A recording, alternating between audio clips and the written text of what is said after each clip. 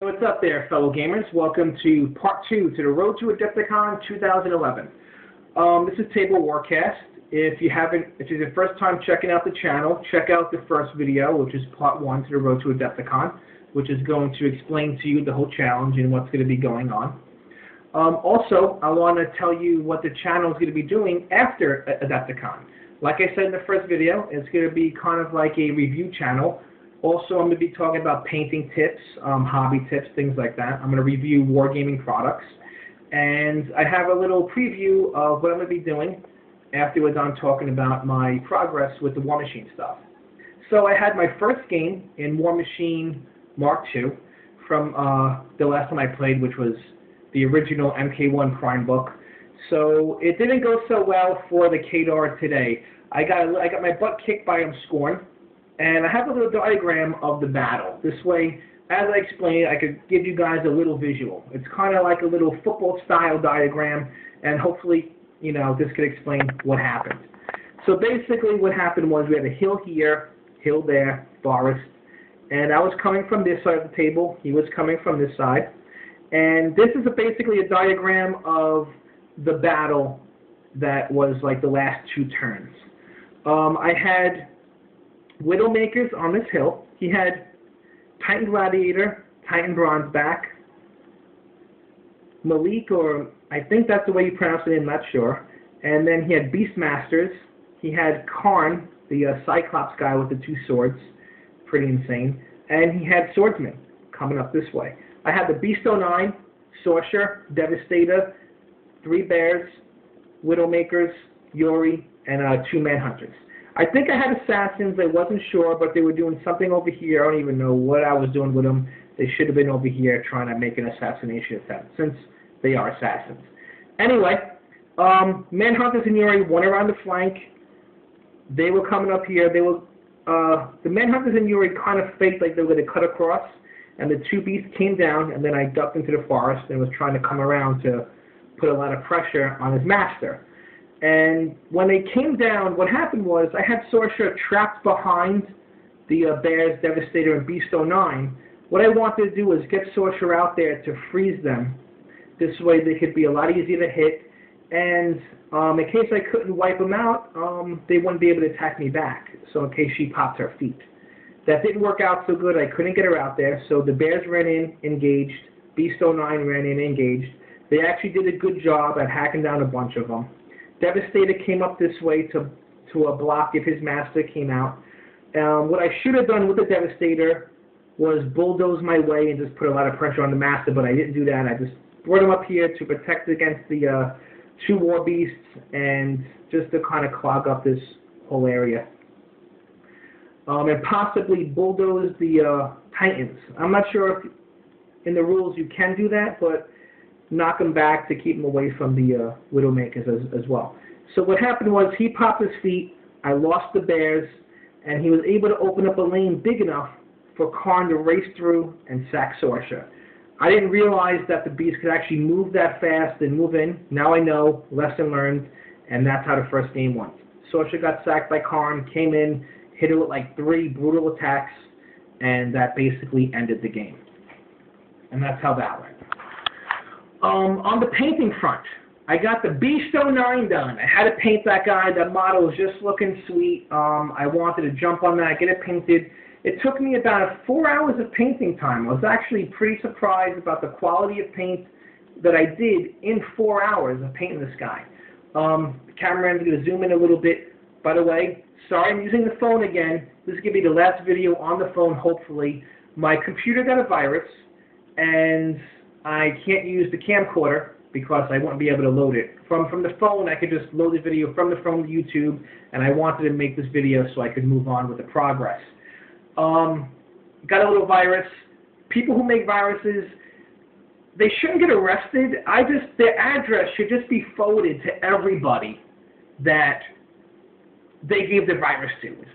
And the nerve that they do is they give you this virus, and then they want you to buy for this removing software. Like, that's the whole scam. It just drives me nuts.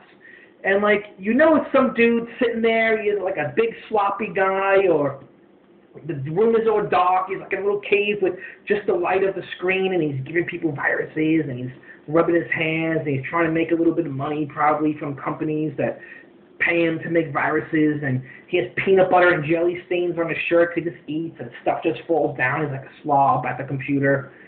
And it would be awesome if just his doorbell rang. He'd be like, doorbell, who the hell's at the door? And he just had to wipe off the peanut butter and jelly and to go answer the door, and boom, it's everybody he gave a virus to. It would just be awesome if that would just happen. And just never will. Anyway, that virus should be taken out within the next week, and I'll be able to use the camcorder. The camcorder's right there, high def, great little handy cam, and the quality of videos will be a lot better. So I'm going to show you Beast 09. Sorry about the quality and the light. I'll re-show them again with here. And on Dacker, if you look up the name Slann, that's spelled S-L-A-N-N, I'm going to be posting pictures there as well. So you'll be able to look up more detailed photos also. So I'm going to move them in, give them a little show off for now. So this is Beast 09. I chose to go with a white color scheme with the red, but I added the ice blue because I just thought the ice blue went great with the white for the snow theme, and it blended really good with the red. And what I did was with the red to really make it pop, I made it really hot to go against the cold colors of the white and the icy blue. And I did add a bunch of orange, and I came up really extreme, then I dulled it back down again with some red washes, and it kind of gave it like this fiery red look, and I just really liked the way the red came out. When you see the pics, you'll get a lot better view of it. I did a semi-gloss on the ice to make it look wet and icy. I'll show you a little bit of the rune work. I wish the light was a little bit better. And that's basically the model. The snow base came out great. You really probably can't see it too well in the phone video, but there he is, Beast 09, totally done, ready to play in this tournament. One step closer to the Adepticon. All right. So basically, that's done. I got the assassins being primed up. Actually, I had to paint a couple of assassins by hand primer, because what happened was I primed a bunch of models, and I got a little hiccup. In New York City today, it was really rainy and kind of humid, and I made a mistake. I totally didn't think about the weather, and I primed. And I'm using this primer right here, Armory Black Primer. And so far, so good. I did like 1 or 2 sprays with it so far. It's my first time using this company, and I'm throwing this bad spray because it came out really grainy, and I think the humid weather is what affected it. So the primer seemed good on the first two sprays I did, so hopefully after the weather lightens up and it's not humid, I spray it again, and I'll be able to give a little bit more feedback on this type of primer. So far it was working good for me, and I just think the humidity really messed with it, and that happens to every primer when you spray in this type of weather. Moving on to the videos. I'll be doing review videos, and the first reviews I'll be doing is I'm going to be doing a overall review on battle foam bags. I know you guys seen the videos on the battle foam website. I'm sure there's other videos of people giving you their opinions on the bags, but I wanted to give like a totally in-depth video of the bags because these will be coming with me to Adepticon.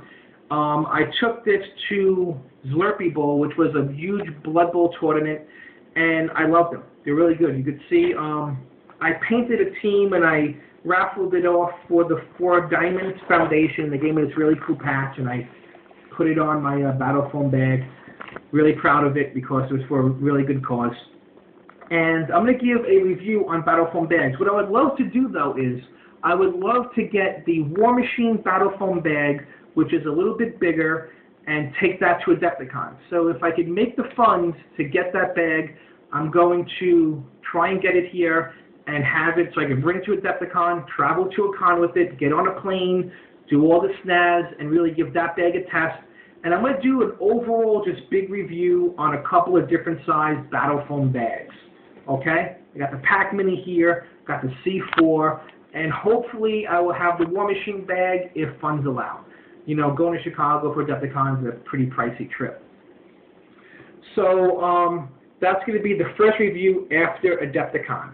As for the podcast, The vibe I want to give off is just a bunch of gamers hanging out at the bar after the games, talking about it, having a burger, drinking a few beers, talking about the games, talking about the podcast they've been listening to. So on the podcast, it'll be me, and I'll have 2 to 3 people from the gaming club come on and just talk about games. And the first podcast should come out 2 to 3 weeks after adepticon. I'm really busy getting the War Machine stuff done. The challenge I gave myself is pretty tough. If you didn't see the first video, go back, watch it. You can see me talking about all the stuff I got to paint. I got less than a month. It's really crazy. And that's the progress I made so far. Hope you guys enjoyed the video. Subscribe to the channel. I don't want you guys to miss any videos. And keep your eye out for the podcast. And again, Slann, S-L-A-N-N, on DACA, and check out the pictures that will be coming within the next couple of days, which will be a little bit better quality than the quality I showed you tonight. Anyway, have a great night. Take care.